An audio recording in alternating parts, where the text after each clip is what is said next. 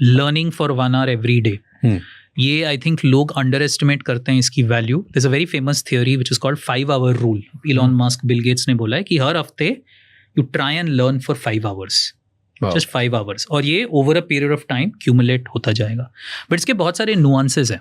एक है कि लर्निंग आपको कहीं से भी मिल सकता है, किताब की ज़रूरत नहीं है. आप पॉडकास्ट देखिए, आप किताब पढ़िए, आप डॉक्यूमेंट्री देखिए, कहीं से भी लर्निंग हो सकती है. बट इसका सेकेंडरी नुआंस ये है कि you have to absorb it. अगर आप सिर्फ सुन रहे हैं और उसका कुछ कर नहीं रहे तो कोई फायदा नहीं है. So there is a theory which is called the cone of learning. Cone of learning. तो बेसिकली बोलता है कि इफेक्टिवनेस ऑफ एक मीडियम कितना है. तो अगर आप किताबें पढ़ रहे हैं, बेसिकली आप सिर्फ 7% of what you are reading you are retaining.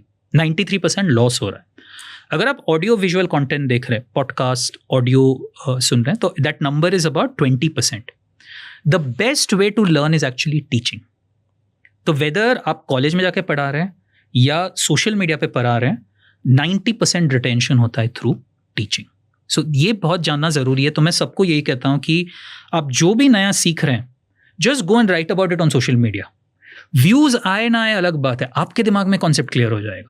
That is very very critical. The second thing which I do personally is मैं जो भी सीखता हूँ, I have a running notes sheet और मैं उसमें लिखता रहता हूँ. क्योंकि आप बहुत कुछ पढ़ रहे हैं बट याद नहीं रहता है. तो every 2-3 months I go through that running sheet once. कि जैसे 4 साल पुराने मैंने हार्वर्ड बिजनेस रिव्यू में कुछ पढ़ा होगा, उसमें 1-2 लाइन लिखा हुआ है, ये रिसर्च ये कहता है.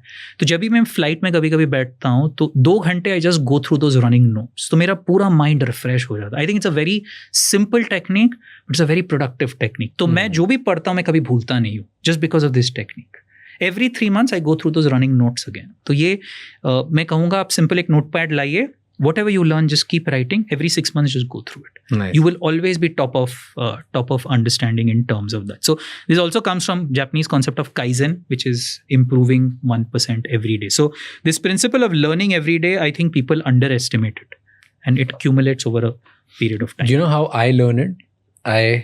मैं जब भी कुछ 4-5 घंटे का कोई डॉक्यूमेंट्री देखूंगा या पॉडकास्ट देखूंगा या एक बुक ख़त्म कर देता हूँ. जब भी फिनिश करने के बाद यहाँ कभी कोई कोर्स किया ऑनलाइन, चैप्टर्स अलग अलग, राइट.